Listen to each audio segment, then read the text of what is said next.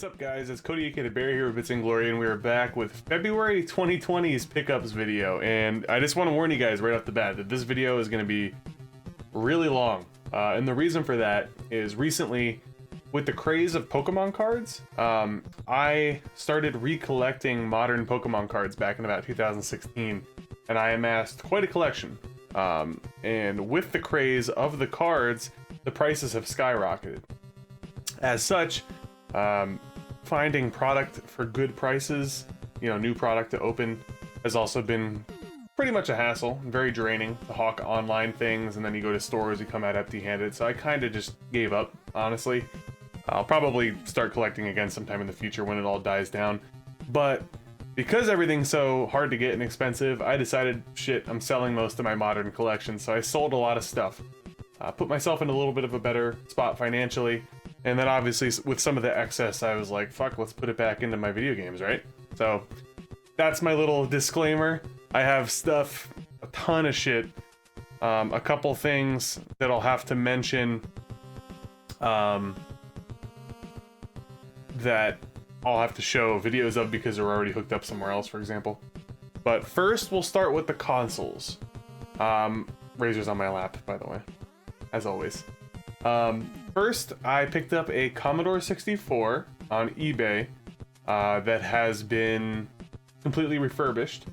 The only issue that I've been running into there is it acts very weirdly on a lot of my displays. On my monitor that I use to record YouTube stuff and stream, it looks great. It's a modern setup, but it comes in black and white, which I read is one of the issues that could happen with modern displays. The two TVs behind me, this one, it looks good, but the colors are all wrong. This one also comes in black and white, and I have two CRTs in the other room. The one, it's similar to this one, but looks even worse, personally. And then my little Spider-Man TV, that's the one where the colors look the best. The quality of the video is about like a 7 out of 10. There's like some waviness going on. Basically every single display I have, there's an issue with it. So I purchased an S-Video cord for that on eBay that should be coming in sometime in the next week or so. So I'm hoping that the S-Video corrects it on the Spider-Man TV and I can just leave it over there. Again, I'm going to do an updated room tour video in the near future. If you guys can't tell already, whoop, whoop, there we go. That's a little bit better. Those shelves are empty. I'm doing some reorganizing down here, so it's taking a while, but trust me, when it's all done, it's going to be really cool. Cool ideas, and I'm going to make a good video for it. But yeah, I picked up a Commodore 64. I also picked up a couple of other consoles here. I made an Instagram post about this. This is a modified original Game Boy. The modifications obviously include, the buttons and the D-pad are kind of like Easter-y pastel colors. But most importantly, it is backlit. I know it's not going to show up very well here, but it's super cool. This is Link's Awakening, by the way. You can see that a little bit better. If you click the thing on the side, oops, wrong one. It changes the colors, and you have a bunch of different colors to choose from. I'd always wanted a backlit Game Boy, so I'm pretty pumped about this. It looks great, sounds great, and I've always preferred the original Game Boy over like the Game Boy Color or the Game Boy Pocket and stuff, so super happy to have this in the collection now. Oh, I didn't even realize I'm wearing my Game Boy shirt. I didn't plan that. And another console that I got is this bad boy. That's a Carby HDMI thing, but this is a Japanese Spice Orange GameCube. A couple of reasons why I wanted this. One, I am a GameCube fan. Two, I wanted to start speedrunning, kind of low-key speedrunning. I'm not going for any world records or anything like that. The Resident Evil games. And I like the GameCube versions of the Resident Evil games because you could skip the cutscenes, which you can't even skip you could skip door loads on the PC versions, but you can't skip the cutscenes. So it makes it a lot better for me. Granted, the door load times do add up, but if you're on kind of a speed run, you should know where you're going. There shouldn't be any wrong turns. So when you have a set amount of doors, whereas a lot of the cutscenes in those games are freaking way too long, especially Resident Evil 2 towards the end. but I'm very happy to add that to the collection. And I also got an Intellivision Model 2, which again, I will show you guys on my collection video. That's hooked up to one of my CRT TVs in the other room. Basically, all it is a very, very small version of the original Intellivision, and it's white. The controllers still suck, but I got it for a good price, and I do like the Intellivision quite a bit, so I wanted to get the Model 2. So that's going to be everything for the consoles. Now we're going to get into the games, and my god, guys, I got a lot of games. I'm going to try to go through as quick as I can, because I don't want this to be like a 50-minute video. Also, full disclosure, I'm just going to be honest with you guys, I've been editing with Windows Movie Maker since I can remember. I used to use Final Cut Pro back when I was in college, but pretty much when I started doing videos after that, I always had a Windows machine. So I stopped using Final Cut, and I've just been chugging along here with Windows Movie Maker. So I have a lot of things I have to do. I kind of have to hack things to get them to work correctly. I was never a fan of Adobe Premiere, and I never tried anything like Sony Vegas. So one of these days I'll upgrade. But I was gonna add a bunch of like overlays and stuff to these videos, but I'm gonna have to do it a different way. You actually can't add overlays to the screen in Windows Movie Maker. I know. But anyways, I got a good Intellivision lot for pretty cheap. A bunch of games here. I'm gonna go through them quickly. Because like I said, we could be here. Honestly, if I went really in depth with every game, we could be here for about 2.5 hours. We got soccer on the Intellivision. These interesting iMagic cartridges. Safecracker. If there's anything kind of like stand out in here, I'll point it out. But for the most part, I kind of just wanted to add some filler to the collection. There's a couple doubles, but not in this lot, but as far as stuff that I already have in my collection. Tron Mazathon. Las Vegas Poker and Blackjack. NFL football, baby. I'm sure that's the best football game of all time. Las Vegas Roulette. It looks like they must have had a Las Vegas series there for pretty much everything you could do in a casino. Pitfall. Gotta love Pitfall. I'm happy to have it in the Intellivision. I still haven't really played it yet. I tested these games, but I haven't played them. I literally got so much shit this month, I just haven't had as much time. World Championship Baseball. Boxing. Commando. Now I'm wondering if Commando is the Commando from the arcades, because I feel like that would predate it, but I could be wrong. Something I'll definitely have to look into. Golf. Beauty and the Beast from iMagic. Skiing. How about that? Sea Battle. I believe this is one of the doubles that I had already had in my collection. Basketball. So we pretty much have all the bases covered, so to speak, pun intended, of all the generic sports games. Space Armada. Whew, arm's getting tired. Utopia. This is a pretty cool one. I remember this one on the AVGN. From what I remember, you could kind of like build your own civilizations, so it's kind of like, what's that game called? Sort of like Populous, I guess.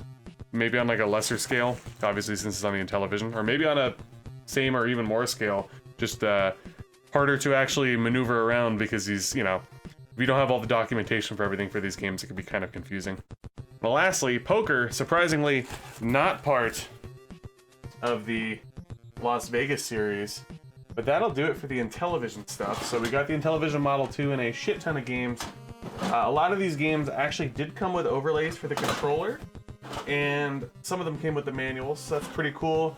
But again, I don't want to be here forever, guys, and I know you don't want to either, so what next?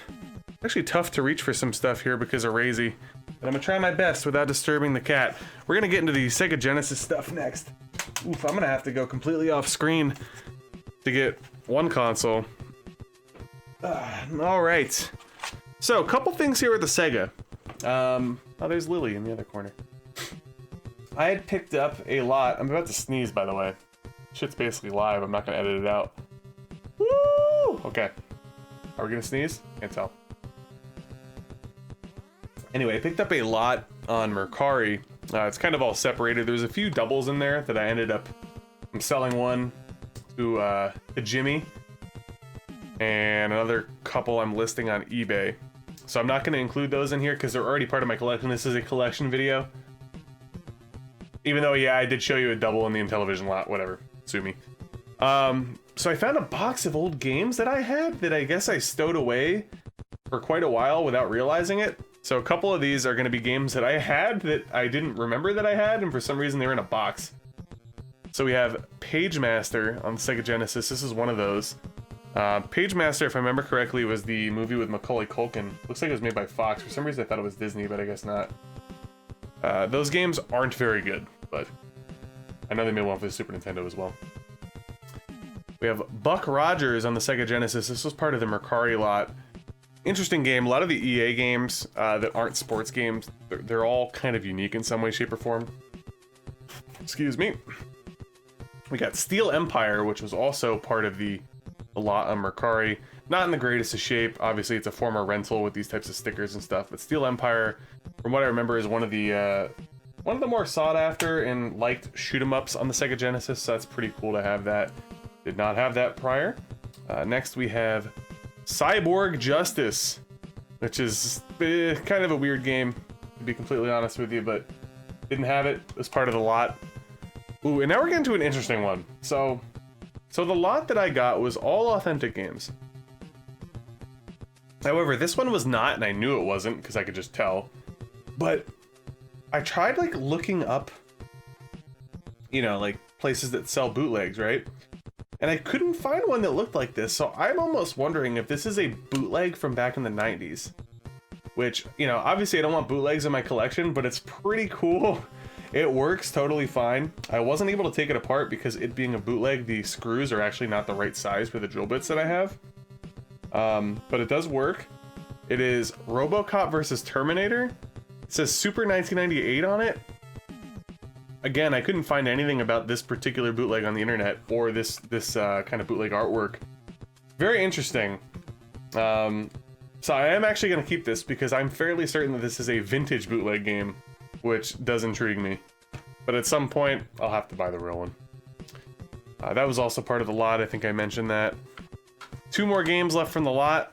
Another one that's destroyed, but this is actually the most expensive game from the lot, and I didn't realize it. And it's Dragon's Fury, which I believe is one of those pinball games. I think it might be part of like the Dragon Crush or Devil's Crush lineage, but I could be wrong there. And I know that currently we are doing pinball on Bits Plays for our monthly competition. So get in the pinball mood, right? Label's in horrible shape, but this is actually, I think it's like an over a $40 game, even loose, so that's pretty cool to get. And the reason I bought the lot, a game that I've been wanting for quite some time, I played it back in the day, did not own it back in the day. Ghouls and Ghosts on Sega Genesis. Obviously works. This one, thankfully, was one of the better shaped games. It's still not perfect. Looks like a wee bit faded, but Ghouls and Ghosts. Can you complain? Great game. Tough as nails, you know the drill. And then quickly, along with what game was it? Oh yeah, the Pagemaster. I found a bunch of sports games that I had in my collection that were just in a box that I'll have to go add to my actual like Sega wall. We have Jack Nicklaus Power Challenge Golf, Lakers vs Celtics in the NBA playoff by EA, Mike Ditka Power Football. And Al Michaels announces Hardball 3. How about that? Bunch of interesting cartridges here for sports games. They're not by EA. They're made by Accolade. And you know what? These actually might have been my late uncle's games. I vaguely remember getting a couple Sega Genesis games when I went up to go visit my family many, many years ago. But yeah, now they get to go in the actual Sega collection, so that's cool. Whew, so many games, guys. So many games. Running out of room everywhere. Let me clear this off. Ugh. What to next? I guess we'll go to my Atari 7800 stuff. So I picked up the majority of this stuff in Robot City Games, which is a store in Binghamton, New York. They have an arcade, which is really cool, but due to COVID, they've had to have the arcade closed for, I'm pretty sure, like almost a year at this point. So that stunk, but we still made the best of it, and I got some good deals there. I've been really into the Atari 7800 lately, so we're gonna go through the games. First, We got Double Dragon. Obviously, I've been into Double Dragon lately. I was streaming it. I did a review for it. And I never really played, obviously, the 7800 version. It's not very good. But this is actually a somewhat sought-after 7800 game. There's not that many 7800 games. There might only be about 50 or 60, at least English. But this is like a close to a $30 game, I'm pretty sure. And I gotta get a pretty good deal on this. I think I paid like 15 bucks, so I was pretty happy about that. Regardless of whether or not it's that great of a game. All right, next, kind of an interesting, well, actually first we'll get here. So this was a lot on Mercari, a lot of two. Donkey Kong in the 7800. You guys know what it is at this point. It's Donkey Kong. It's a decent port, but my God, the sound is terrible. The sound is really bad, which almost makes me probably never really want to play this. If I'm gonna play a home console version of Donkey Kong, I'm probably just gonna stick with the Nintendo version. I think that's the best overall. So next, the other game from that lot on Mercari, it was a small lot, is Galaga, which is one of my favorite arcade games. I love Galaga. If you haven't played Galaga or don't know what Galaga is by now, then you're probably very young or something. But yeah, the reason I had to buy this, unfortunately, was the version that I bought from Robot City Games surprisingly didn't work. I got Galaga in the box from Robot City Games with the instructions and everything, but even though it's clean as could be, I cleaned the contacts, it didn't work. I took the cartridge apart. I don't know if you could see the screw there in the middle. Unfortunately, with a lot of these old games, you have to dig in through the fucking label in order to take it apart to clean it. I did that and it still didn't work. Ridiculous.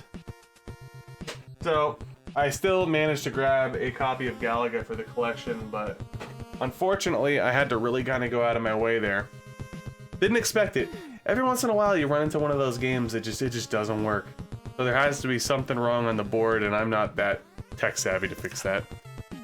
Next we have Robotron 2084, also from Robot City Games. Complete in the box for the Atari 7800. Very, very fun arcade game. It's very challenging. I sucked ass at it, but our daughter played it for a little bit, and she did about just as good as me, honestly. You pretty much just like shoot waves of enemies as they come, and it gets tougher and tougher with each stage or level or whatever. Next we have Donkey Kong Jr. in the box, complete. Still has the original shrink wrap on it, which is pretty cool.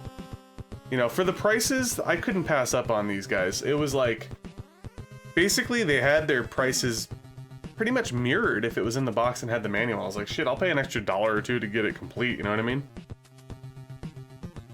So, nice there. And lastly, from Robot City Games, as far as the games go. Oh no, I take that back, I did get a Nintendo game there. Desert Falcon on the 7800. Same thing, complete in the box, original shrink wrap. Probably the best version of this game, at least, you know, compared to the 2600 version. Our daughter played this for actually about 20 minutes. She was really enjoying it. Pretty cool game. Like an isometric shooter. So that is it for the 7800 stuff. I guess next we'll finish off with my Nintendo. Yeah, we'll go into SNES next. 2 games off from Mercari. Good deals. Both games that I've been trying to get for quite some time. First is Gemfire on the SNES by Koei. One of those strategy games, kind of similar to Romance of the Three Kingdoms.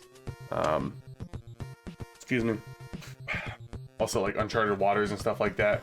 But from everything that I read, Gemfire seems to be the more accessible of those games, because a lot of those games it takes a long time to kind of get into. There's lots of strategy involved. Those are pretty much games that you kind of really want the manual and you need some experience with before you really know what you're doing. But this one, out of all of them, seemed like it was pretty easy to pick up and play, compared to them at least. Happy to get that. Got that for a good price, about maybe $10 to $15 under MSRP. And then lastly, from the same seller on Mercari, a game that I've been eyeing up for quite some time, a great arcade conversion, a game that skyrocketed in price, and I got it for about 15 bucks below MSRP, if you will. And that's King of Dragons on the SNES, a really cool beat 'em up by Capcom. Personally, I prefer Knights of the Round, King of Dragons, but still really wanted this. It's a game that I thought that I had.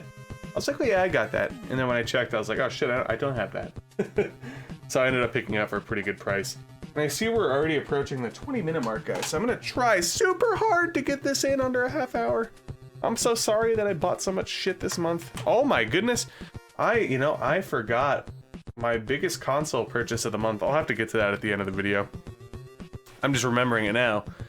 You know what? Because of that, I need to pick up so much stuff, guys. I'm so sorry. All right, to go with my Japanese GameCube. Unfortunately, the game that I wanted to speedrun the most is the original RE2, and I have not yet got that in the mail. But I picked up Code Veronica, Biohazard, not Resident Evil. I'm so sorry. Biohazard 4. These are all complete, by the way.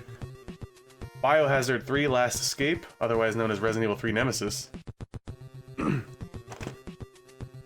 Biohazard Remake. And Biohazard 0 with the original shrink wrap just opened. So I'm very happy to add that. Anybody knows I'm a huge Resident Evil or Biohazard fan. So I wanted to get everything on the GameCube. And now we just eagerly anticipate the arrival of Resident Evil 2. I didn't check the mail today, maybe I got it. Because that's the one that I do prefer to speedrun. I'd like to get back to that shortly. Alright, last console, sort of, kind of, a hybrid here. We'll start with the hybrid. Picked up, very, very nice condition, Super Mario Brothers on the Famicom disk system. So, you used to be able to go to kiosks, right? Where you could like write different games on your discs. And I noticed that there was a 2 on the one side of this. So this is actually, this side is Super Mario Bros. 1, and this one is Super Mario Bros. 2, or The Lost Levels as we know it here. And in my last pickup video, I picked up the actual Famicom disc copy of Super Mario Bros. 2. So I don't know if this was like a later release where they kind of did a 2-pack, or if somebody rewrote the backside of the disc or something like that. I don't know, but either way, this is a 2-in-1. I'm still happy I bought the one last month, but had I known that there would be a 2-in-1 like this that would show up, I probably would have skipped buying it, but I didn't know that. But yeah, pretty cool. Glad to add that to the collection. I'm slowly adding Famicom disk system stuff. Not going too crazy with it. I'm not going for a complete set or anything, but... Alright. On to the Nintendo games. First, we'll do a lot of 2 that Oneida bought for me for Valentine's Day. So first we have... Oops. We have Zanuck. I'm sorry, my color balance is like freaking out. It goes from like dark to light, but whatever. Zanuck on the NES here. It is a shoot 'em up, and it looks like it's a lot of fun. Another one that I thought that I had in my collection. Turns out I didn't. Thank you, Oneida. Also, Super Pitfall, probably of AVGN infamy. Not that great of a game, but it always intrigued me. Didn't have it. Also managed to snag the manual too, so pretty happy about that. That was also from Oneida for Valentine's Day, so thank you so much for helping to aid in my addiction. Next, we will get to the last game that I got from Robot City Games, which is Starship Hector, another shoot 'em up by Hudson Soft. Excuse me. Many people involved in Bits and Glory, our friend Ricardo had this in his collection, and we used to always joke about Starship Hector. I tried to trade with him for it years ago. He refused. Now I got my own copy, so take that, Ricardo. Alright, and now, the last 4 games, and then we have a strategy guide, and one more mention of a system that I somehow forgot. It was the most expensive thing that I bought. All Nintendo related. First, these are again from Mercari. We got Mega Man 1 with the infamous artwork there. That doesn't even make any sense. This is the 3rd time that I've owned Mega Man. So I had it when I was a kid. My parents ended up selling it on eBay. Then I owned it again. And I ended up selling it in like college. Excuse me, fucking Coke Zero. And the reason I sold it was, at the time, I was like, oh, I got the Mega Man collection on GameCube, I don't need this. but I got it back, and boy, the price went up there quite a bit, huh? How about that? Next, we have Mega Man 4. So now I have Mega Man 1, 2, 3, 4, and 6 on the Nintendo. I still need 5.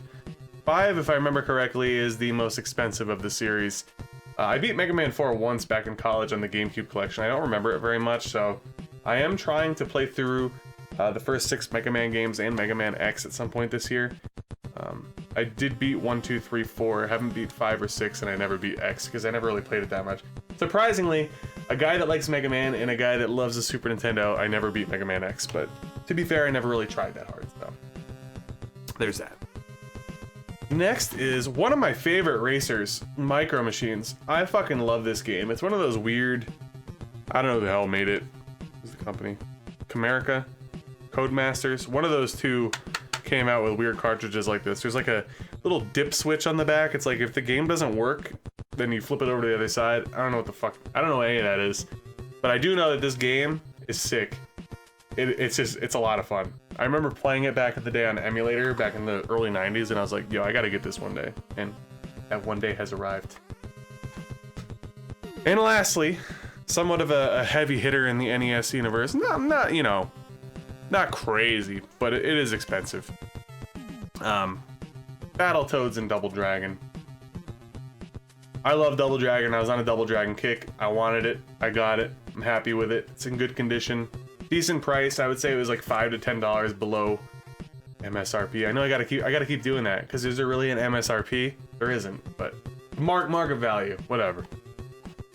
And then lastly, the last physical thing I'm gonna be able to show before my little teaser is this. This was purchased at Robot City Games as I was checking out. It was behind the counter. I was like, oh, how much is that?